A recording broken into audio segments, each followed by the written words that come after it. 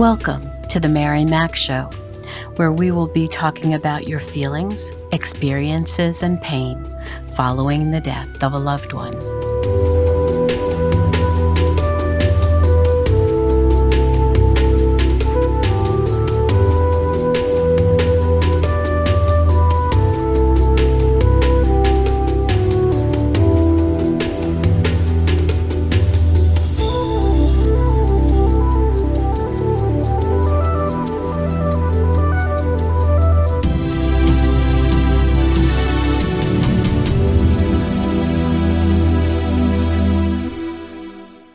Good morning, good afternoon, good evening. Wherever you find yourself in this entire world, I welcome you. How are you doing this week, my friend, my warrior? Is life getting a little bit better for you? Did you find a sense of joy at some point since my last episode? Did you catch yourself smiling this week? I certainly hope so. This week, I'd like to talk to you about the gift of love. Now, you might think to yourself, you wouldn't be feeling so badly, with so much pain in your heart, if it weren't for the love that you had shared with that special someone who is no longer with you. That love was completely unique to what you felt for any other person that you've known. If it was your spouse, even if you do meet someone else in the future, you will have a completely different relationship and a different love with them.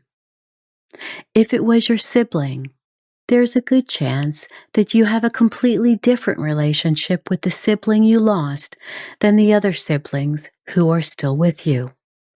And there is nothing wrong with that.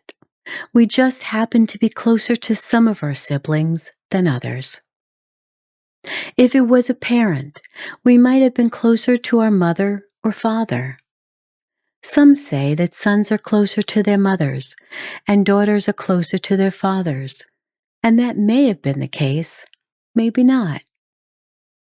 And if it was a child that was lost, we may be having a great deal of trouble coming to terms with their death.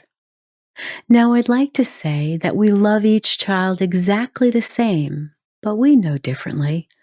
And maybe that's really hard to hear, but the fact is, there are just some children whom we are closer to than others.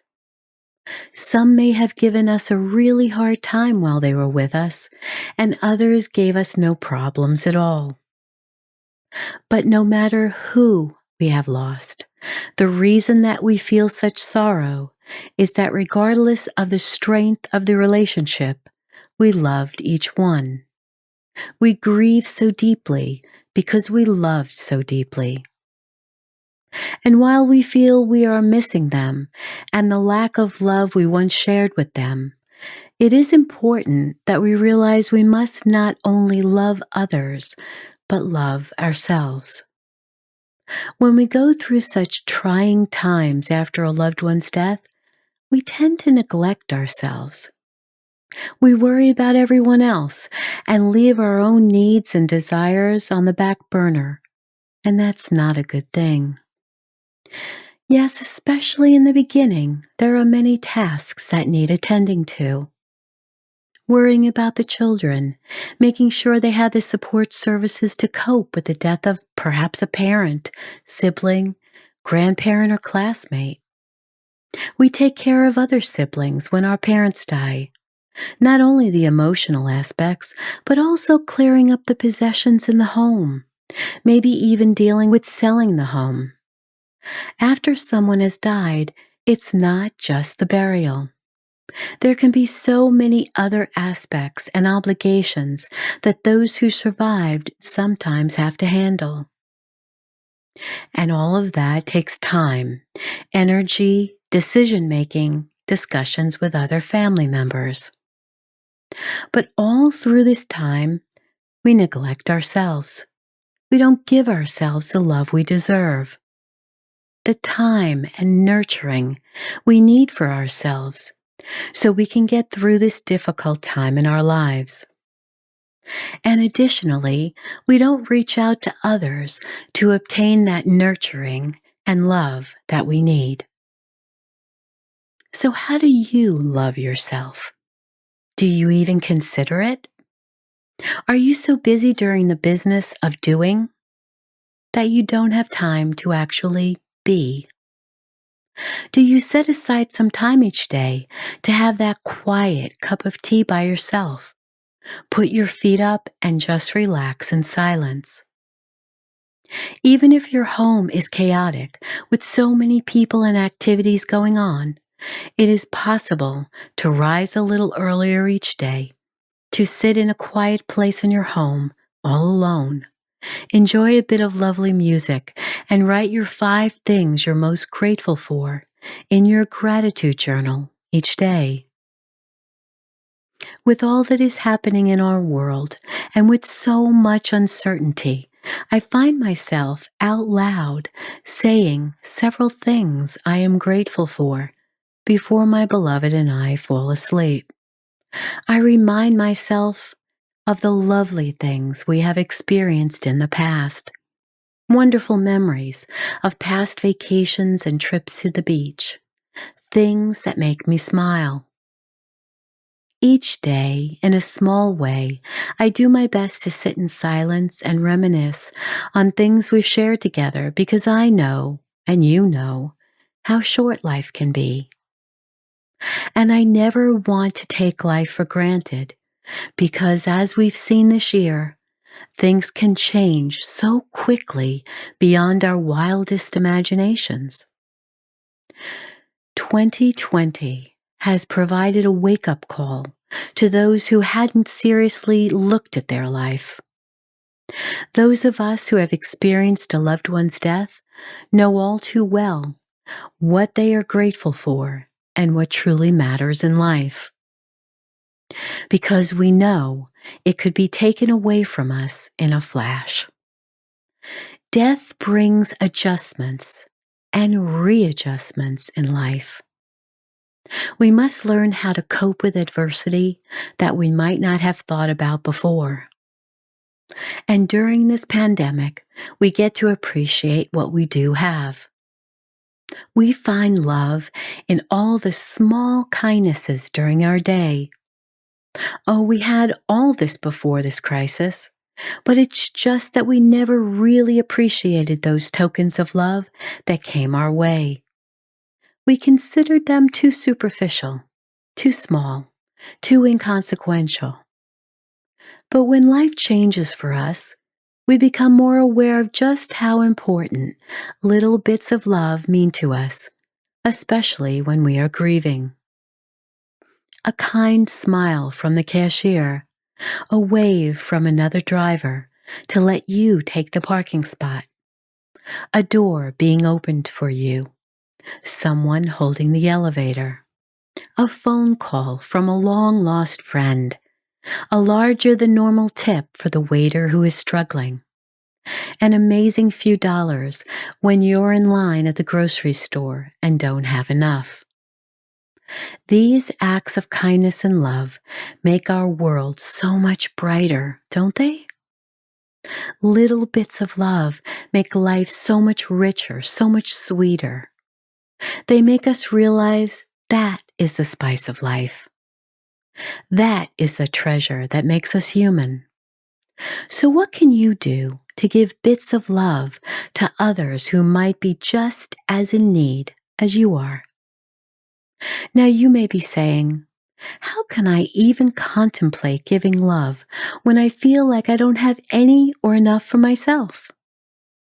I've been working mad hours trying to bring in additional income, doing all I can to try to sustain what our family had before.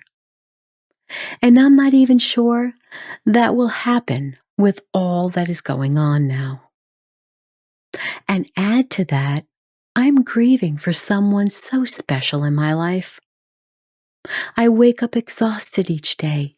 I wake up trying to bring my best face forward, when inside, sometimes I think I have nothing left to give. My compassion is running low. My tolerance is running low. My energy is running low.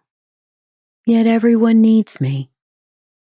It just feels like everywhere I turn, something is going wrong.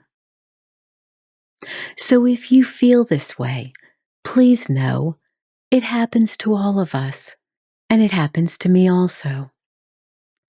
When we experience a crisis, illness, or death, we get to decide how we will deal with it. There is a theory that 20% is the issue and 80% is how we deal with it. And I absolutely agree with that. It doesn't make it easy, and nothing that shakes us ever is. So perhaps you can look for ways to give bits of love to others in an effort to distract your own pain. Who in your life could use a kind word? Some time to just listen to them as they weep or share their trials with you. Who could use an extended hug so they would feel more secure?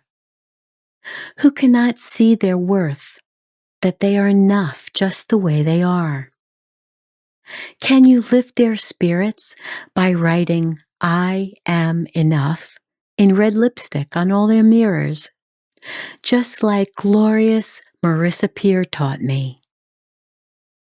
I can attest that by seeing that on my mirror and reading that each time I saw it, it really helped subconsciously lift my spirits, and all of us need that when we are feeling so low and uncertain these days.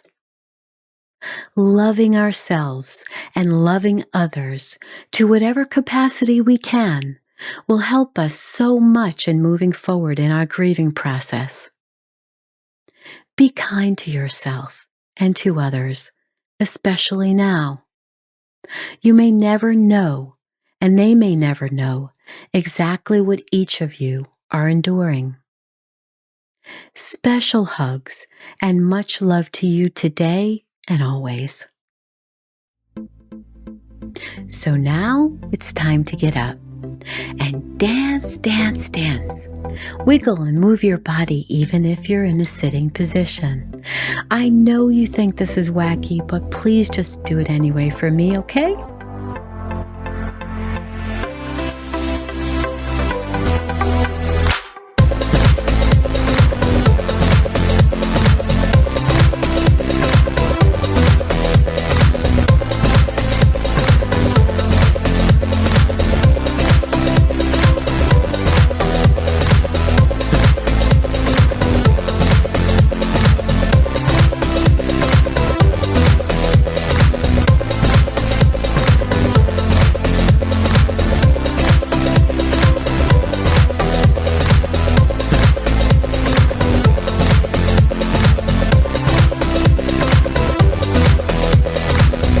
Thanks so much for listening in today. Remember to write 5 things in your journal each night that you are grateful for. Visit my website, marymac.info, for your free book. Please subscribe, rate, and review my podcast wherever you listen to me, and share with those who may benefit from it. And if you would kindly support my podcast, you'll find info on my site to do that also. And as always, remember to be happy because you deserve to. I'll speak to you again soon.